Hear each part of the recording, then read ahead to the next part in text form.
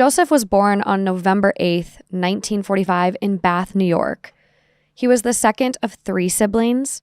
Oddly, though, I've seen online in some places that there were 4 siblings, so a little confusing. But his father was a decorated sergeant in the Army, and the family was moving around a little bit, and at one point, they were stationed in Germany. According to one article, D'Angelo's nephew actually claims that when he was about 9 or 10, he watched as 2 airmen raped his 7-year-old sister in an Air Force Base warehouse in Germany. Family was pretty hush-hush about it, didn't want to bring it to light, and his father was spending a lot of time away from home. He ended up eventually abandoning his wife and kids to take a job at an Air Force base in Korea. This is where he remarried and basically started over. I saw in one source he actually renamed his next set of kids the same name as the first one. All the kids are just named the same thing.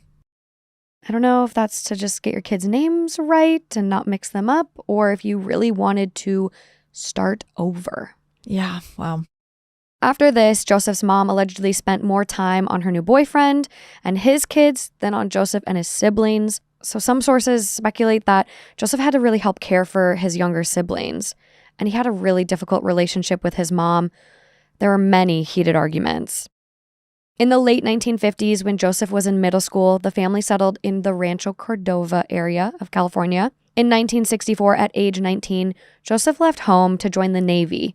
He worked as a mechanic and in kitchens and was honorably discharged in 1968.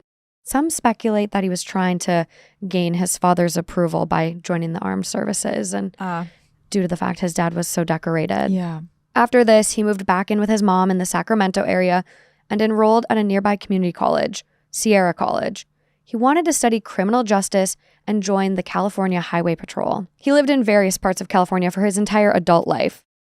At Sierra College, though, is where he met Bonnie Colwell, an 18-year-old classmate. They became engaged. According to a Los Angeles Times article I found, Bonnie recalls going on animal killing adventures with D'Angelo, and there's a lot of speculation that he also killed animals in his younger years as well. Yeah, which is pretty typical of serial killers. Yeah, and Bonnie recounts killing doves, frogs, deer, vultures. And there's even one experience she describes where they're riding on his motorcycle and there was a dog that came up barking at them, and he kicked it and actually snapped the dog's neck. Wow. But what drove Bonnie to break things off was in 1971, Joseph asked her to help him cheat on an exam. Bonnie later said that Joseph was controlling and also weird about sex. He would want to do it repeatedly for hours and always while listening to The Doors. And Bonnie does also mention that this was her first relationship. She really didn't have anything else to compare it to. Yeah. But did start to realize, how bad it was. She also notes that he liked to break rules, driving motorcycles over the speed, and hunting and fishing in off-limits areas. Joseph did not take Bonnie calling off their engagement lightly. He actually went a bit off the rails, and Bonnie had the foresight to kind of know that was coming.